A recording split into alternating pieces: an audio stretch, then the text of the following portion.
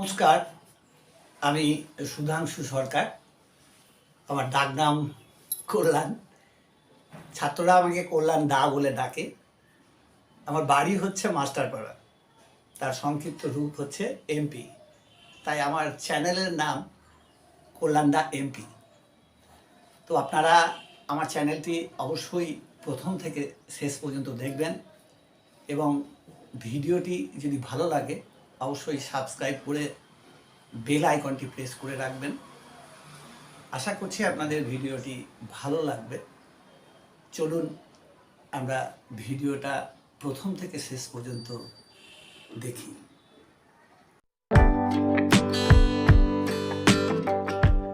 নমস্কার। শুভ দাশগুপ্তের লেখা না কবিতা অবনী স্যার। ছাত্র পড়ানোয় অবনী স্যারের খ্যাতি ছিল খুব।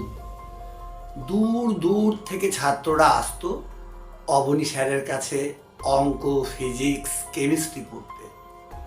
উজ্জ্বল গৌরবর্ণ, দীর্ঘ নাসা, পৌরাণিক যুগের ব্রাহ্মণের মতো দৈব চেহারা ছিল অবনী স্যারের। পরনে একটা ধুতি আর খালি গায়ে একটা যেমন তেমন চাদর, কিংবা যেমন তেমন ওই একটা বিছানার চাদর। ভারী সুন্দর ছিলেন অবনী স্যার। ছাত্ররাও অনেকে উত্তর জীবনে বিপুল কৃতিত্বের নাম অর্জন করেছিল। বাবাও পড়েছেন, ছেলেও পড়েছে। অবনী স্যারের শিক্ষক জীবনের এমনই পরম্পরা ছিল। স্কুলে কলেজে কোনোদিনই চাকরি করার প্রবৃত্তি ছিল না তার। একতলা ভাঙাচোরা বাড়ির বারান্দা আর বেডরুমটাই ছিল ছাত্র গড়ার কারখানা। অবনী স্যারের হাতে পড়ে কত ছাত্র যে জীবনে চলার পথকে সুগম করে তুলতে পেরেছিল তার ইয়ত্তা নেই। একদিন দাদার হাত ধরে গিয়ে ভর্তি হলাম অবনী স্যারের ভাঙা ঘরের ক্লাসে। আমাকে দেখি বললেন, বাহ, তুই তো বেশ লম্বা রে। লম্বা লোকেরা বুদ্ধিমান হয়, বেটেরাও হয়, তবে বেটেদের গাঁটে গাঁটে বদ বুদ্ধি, বুঝলি?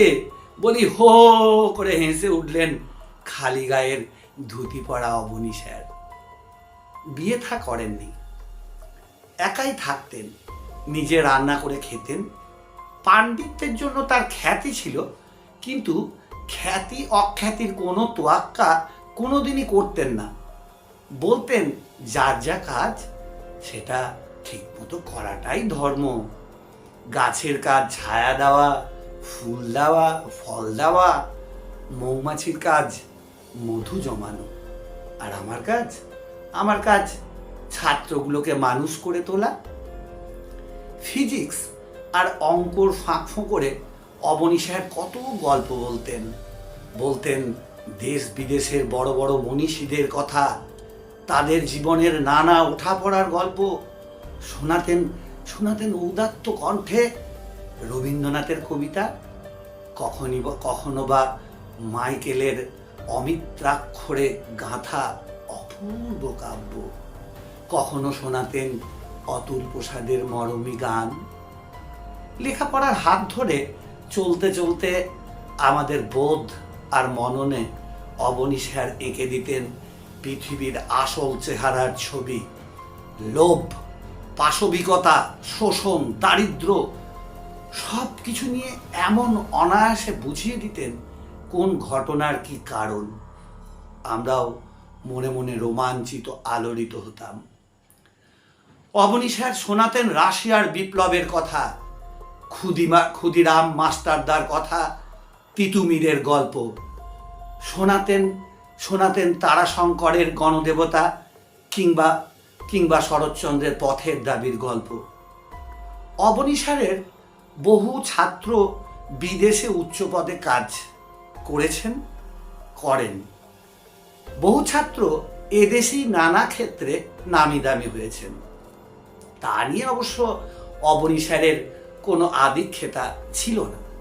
কখনো বলতেন না, বুঝলে অমুক কত বড় হয়েছে, সে আমারই হাতে গড়া। কখনো বলতেন না।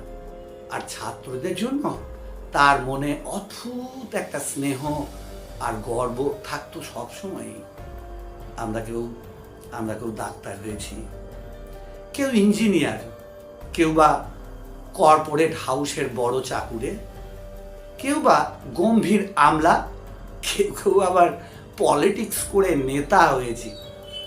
যে যাই হয়ে থাকি, বন্ধুদের মধ্যে দেখা সাক্ষাৎ হলেই গল্প গুজবের ফাঁকে অনিবার্যভাবে উঠে আসে অবনী স্যারের কথা। পুরানো সেই সব দিনের কথা মনে পড়লে মনটা খারাপ হয়ে যায়। অবনী স্যারের কথা মনে এলে কেমন যেন একটা অপরাধ বোধ ফিরা দেয়। কর্মব্যস্ত জীবনের ছোটখাটো অবকাশে যখনই ভেবেছি স্যার স্যার আমাদের জন্য কত কি করলেন, আমরা কি করলাম, তখনই মনটা ভারী হয়ে ওঠে। প্রবাসে থাকি, বাংলার জন্য মন কাঁদে। বন্ধু আত্মীয় অনেকের কথাই ঘুরে ফিরে মনে আসে। অবনী স্যারের কথাও খুব খুব মনে পড়ে। পুজোর ছুটিতে বছর 5 বাদে সেবার দেশে ফেরার আয়োজন করলাম। এসি 2 টায়ারে বসে বারবার মনে পড়ছে স্কুলের কথা, বন্ধুদের কথা, আর ভাঙাচোরা সেই অবিন্যস্ত ঘরটার কথা, যেখানে বসে ক্যালকুলাস আর কেমিস্ট্রির ফাঁকে অবনী স্যার বলে যেতেন ইতিহাসের কথা, জীবনের কথা। বাড়ি ঢুকে এতদিন পরে এলে যা হয়, অনেকটা সময় কেটে গেল কুশল প্রশ্নে। তারপর পোশাক পাল্টে পাড়ার মোড়ে গিয়ে হাজির। দেখা হতে লাগলো বন্ধু বান্ধব অনেকের সঙ্গেই। কত পাল্টে গেছে আমাদের এই চেনা শহরটা। নতুন নতুন কত বাড়ি হয়েছে, নতুন নতুন কত মানুষ। রাস্তাঘাটও আর আগের মতো ভাঙাচোরা নেই, জীর্ণ নেই আর। ফণিদার চায়ের দোকানে গিয়ে দাঁড়াতেই নানা জনের নানা প্রশ্ন। কিরে সন্তু না, কি খবর, কেমন আছিস তুই, কেমন আছিস ওখানে? এখানে যা অবস্থা, ভালোই করেছিস, বাংলার বাইরে চলে গেছিস। ওয়েস্ট বেঙ্গলের 13টা বেজে গেছে বুঝলি। এইসব আপ্যায়ন ইত্যাদির পর পা বাড়ালাম বকুলতলার দিকে। একটা বহু পুরনো শিব মন্দিরের ঠিক পেছনে তেঁতুল গাছের পাশে গঙ্গার ধার ঘেঁষেছিল অবনী স্যারের ভাঙাচোরা একতলা বাড়িটা। পুরনো পাড়ার রূপবদল দেখেছিলাম। মোড় ঘুরতেই অবাক, এ কি তেঁতুল গাছটা নেই তো। মন্দিরের পিছনে পা চালিয়ে গিয়ে দাঁড়াতে বুকটা হু হু করে উঠল। স্যারের বাড়িটা উদাও, নেই সেখানে। 4 তলা ফ্ল্যাট বাড়ি, ব্যালকনি থেকে ঝুলছে শাড়ি, বেড কভার। পাশে ওই রকম আরেকটা বাড়ি। নদীর পাড় ঘেঁষে নতুন রাস্তা হয়েছে। স্যারের বাড়িটা যেন মানচিত্র থেকে কেউ যেন ইরেজার দিয়ে মুছে দিয়েছে, অন্যরকম সব ছবি এঁকেছে। মনটা ভীষণ ভারাক্রান্ত হয়ে গেল। গঙ্গার পাড় ঘেঁষে নতুন রাস্তা, সেখানে গিয়ে দাঁড়ালাম একা। মনের ভেতরে নানা প্রশ্নের ঝড়। কোথায় গেলেন আমাদের অবনী স্যার? কি হলো তার সেই ভাঙাচোরা বাড়িটার, যা আমাদের কাছে মন্দির আর মসজিদের চেয়েও বড়? ছেলেবেলার বন্ধু অপূর্বর সঙ্গে দেখা হলো, আমাকে দেখে থমকে দাঁড়ালো। সন্তু না, কিরে কি খবর, কতদিন পরে দেখলাম তোকে, কেমন আছিস? চেহারাটা অনেক বদলে গেছে তোর। একথা সে কথার ফাঁকে অপূর্বর কাছে জানতে চাইলাম স্যারের কথা। ও তো পড়তো অবনী স্যারের কাছে। দীর্ঘশ্বাস ফেলে হাতের বাজার করা ব্যাগ মাটিতে নামিয়ে অপূর্ব বলল, সে অনেক গল্প, লম্বা কাহিনী। সন্তু, তুই তো প্রায় বছর 20 বাইরে চলে গেছিস। এদেশের হাল হকিকত এই 2 দশকে যে কত বদলে গেছে।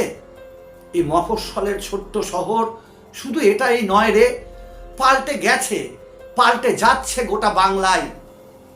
বাড়ি ঘর, রাস্তাঘাট, পার্ক হলো, নতুন নতুন কত কিছু হয়েছে, হচ্ছে। হয়তো হয়তো এমনটাই হবার কথা ছিল, আমরা বুঝিনি রে, বুঝতে পারিনি। প্রমোটারের থাবায় শুধু কলকাতায় নয় রে, এখন এখন সারা বাংলাটাই আটকে পড়েছে। নেতা মন্ত্রীরা বলছেন প্রগতি, আর আমরা হাড়ে হাড়ে বুঝছি কেমন করে বাংলাটা হাতের বাইরে চলে যাচ্ছে। আমরা আমরা আর কোথাও নেই রে সন্তু, না বাণিজ্যে, না ব্যবসায়, না চাকরিতে, না উৎসবে, না আয়োজনে। যাদের যাদের টাকা আছে অঢেল, তারা কেমন করে অনায়াসে সাম্রাজ্য গড়ে তুলেছে বুকের উপর দিয়ে। এখানে এখানে বসবাস করলে বুঝতে পারতিস সন্তু। স্যারের বাড়িটা তো জানিস, দারুণ একটা জায়গায় ছিল, ওই গঙ্গার পাঁকের পাড়ে, চারিদিক খোলা এমন একটা জমি, লোভনীয় জমি। লোভ তো হবেই। এক সময় শুরু হলো স্যারের জমিটা কিনে নেবার জন্য চাপাচাপি। স্যারকে তো জানিস, এক কথায় না বলে দিয়েছিলেন। বলেছিলেন 4 পুরুষের ভিটে আমি কোটি টাকাতেও হাতছাড়া করব না। আর টাকা টাকা নিয়ে কি করব আমি? একা মানুষ, সপাক আহার করি। পড়াশোনা ছাড়া আর কোনো টান নেই আমার জীবনে। কি হবে বাড়ি বেচে? আর তাছাড়া যাবই বা কোথায়? কথায় যখন কাজ হলো না, তখন শুরু হলো সন্তু অন্য উপায়ে উচ্ছেদের চক্রান্ত। দিনের পর দিন কি দুঃসহ যন্ত্রণা যে স্যারের ওপর চাপিয়ে দেওয়া হলো, আমরা নিরুপায় চোখে দেখেছি সন্তু। রাজনীতির বড় বড় দাদারা, যাদের আশ্রয়ে আর প্রশ্রয়ে প্রমোটার চক্রের জন্ম বিকাশ, তারাও লেগে পড়ল স্যারের পেছনে। বৃদ্ধ হয়ে পড়েছিলেন সে সময় চোখটাও গেছিল খারাপ হয়ে। খুব একটা ছাত্র পড়াতেও পারতেন না। শরীরটাও ভেঙে পড়েছিল। একদিন আমাকে ডেকেছিল জানিস, বলেছিলেন আমি কি তোমাদের জন্য কিচ্ছু করিনি? আমাকে উচ্ছেদ করে তাড়িয়ে দিতে চাইছে একদল অর্থলোভী পিশাচ। আর তোমরা আমার ছাত্ররা কি পারো না একটু রুখে দাঁড়াতে? স্যার বলছিলেন আর কাঁদছিলেন জানিস সন্তু। আমরা সত্যিই পারিনি রে। ছাপোষা কেরানি সাধারণ মানুষ আমরা। এই বিরাট পাপ চক্রের বিরুদ্ধে কিচ্ছু প্রতিরোধ করা আমাদের সাহসে কুলোয়নি। আর তাছাড়া তোর কাছে স্বীকার করতে বাধা নেই সন্তু, আমরাও আসলে নিজের জীবনযাপনের সমস্যা নিয়ে এতই জেরবার হয়ে থেকেছি। চারপাশে ছাঁটাই, লে অফ, লক আউট, ভিআরএস, জিনিসপত্রের আকাশ ছোঁয়া দাম, অসুস্থতায়, বিপন্নতায় দিশেহারা, হেল্পলেস অবস্থা। আমরাও স্যারের ব্যাপারটায় ঢুকতে চাইনি। স্যারকে তো জানিস, জীবনে কোনোদিন চাকরি করেননি। অন্যের হুকুম সইতে হবে বলে কারো কাছে মাথা নত করার মানুষ তিনি ছিলেন না। সেবার অঘা মাস, ঘন শীতের রাতে হঠাৎ হই হট্টগোলে ঘুম ভেঙে গেল। বারান্দায় এসে দেখি বকুলতলার আকাশ দগদগে লাল। লোকজনের প্রচন্ড চেঁচামেচি, আর্তনাদ, আগুন জ্বলছে দাউ দাউ করে। ছুটে নামলাম পথে সন্তু। সে কি দৃশ্য তুই ভাবতেও পারবি না। দাউ দাউ করে জ্বলছে স্যারের ভাঙাচোরা বাড়ি। পাড়ার লোকেরা চেষ্টা করেছিল হু হু করা আগুন থেকে শুধু অবনী স্যারকে বাইরে বার করে আনতে পেরেছিল। কিন্তু স্যারের প্রাণের শত শত বই ওই আগুনে পুড়ে ছারখার হয়ে গেল। দাঁড়িয়ে বুক ফাটা আর্তনাদে স্যার শুধু বলেছিলেন, ওরে তোরা বইগুলোকে বাঁচা, তোরা বইগুলোকে বাঁচা। রাগে ক্ষোভে দুঃখে আমার হাত পা অবশ হয়ে আসতে লাগলো। বললাম, অপূর্ব, অপূর্ব, চুপ কর, চুপ কর। হিরোশিমায় যেদিন বোমা পড়েছিল সেদিনটার গল্প আমাদের স্যার বলতেন। কেমন করে একটা বিশাল আগুনের গোলা প্রচন্ড বুক ভাঙা শব্দ নিয়ে লক্ষ লক্ষ প্রাণকে ধ্বংস করে মুহূর্তে উঠে গেছিল নীল আকাশে। স্যার বলতেন আর দেখতাম ক্ষোভে কষ্টে স্যারের চোখ ছল ছল করে উঠত। ভাবতেও পারছি না নিজের চোখের সামনে এমন এক হিরোশিমা তিনি কি করে দেখলেন, কি করে সহ্য করলেন। চোখ ভরে জল এলো আমার। অপূর্ব বলল, সন্তু, স্যার এখনো বেঁচে আছেন, যাবি স্যারের কাছে? আমি কেঁদে ফেললাম, না, পারবো না। আমরা কিরকম মানুষ অপূর্ব? স্যারের কাছে রসদ নিয়ে বড় হলাম, বড় চাকরি করলাম, বউ বাচ্চা নিয়ে সুখে রইলাম, স্যারকে ফিরিয়ে দিলাম কি? চল সন্তু,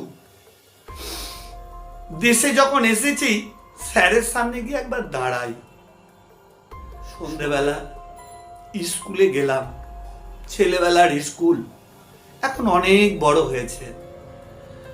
দারোয়ানের ঘরের পেছনে একটা টালির ঘর, যেখানে আগে থাকতো ঘুঁটে কয়লা। সেই অন্ধকার স্যাঁতসেঁতে ঘরে বিছানার উপর একটা মানুষ, শীর্ণ পোড়া কয়লার মতন ফ্যাকাশে, বসে আছেন আমাদের অবনী স্যার। স্যার বলে কেঁদে পড়লাম তার পায়ে। স্যারের কোনো প্রতিক্রিয়া হলো না। অপূর্ব আমায় ধরে তুলল। শোন সন্তু, স্যার বেঁচে আছেন, কিন্তু কোনো বোধ শক্তি আর নেই রে স্যারের। বুক আমার ভেঙে যাচ্ছে, সমস্ত চেতনা জুড়ে কান্না নামছে। নিজের ওপর ধিক্কারে, গ্লানিতে, রাগে, বিরক্তিতে চুরমার হয়ে যাচ্ছে হৃদয়। স্কুলের দারোয়ান রাম সিংই স্যারকে এনে রেখেছিল, জায়গা দিয়েছিল। আমায় চিনতে পেরে বলল, দাদা, দুঃখ করো না, যার যা কপালে। চুপ করে যাওয়ার আগে মাস্টারমশাই বলতেন, যার যা কাজ সেটা করে যাওয়াটাই ধর্ম। আমার কাজ ছাত্র গড়ে তোলা, সেটাই করি, আমি ধর্ম পালন করি। এই যে দাদা, তুমি অত দূর থেকে মাস্টারমশাইকে দেখতে এলে, এ তো তোমার ধর্ম, মন খারাপ করো না। অনিমেষ চোখে, শূন্য দৃষ্টি, স্যার তাকিয়ে আছেন। মনে হলো তিনি বলছেন, বুঝলি, নিজের কর্তব্য করে যাওয়াটাই জীবন। এই যে আমি তোদেরকে এত কিছু বলি, এত কিছু শেখাই, তোরাও বড় হয়ে অন্যকে শেখাবি, অন্যকে বড় করে তুলবি, এই তো মানুষের কাজ। স্যার বলে যাচ্ছেন, আর কষা আঘাতের মতো এক একটা বাক্য এসে পড়ছে আমার শরীরে। স্যারের গাওয়া গান মনে পড়ছে, আরো আরো, এমনি করে আরো, এমনি করে আরো, আমায় এমনি করে আরো। নমস্কার।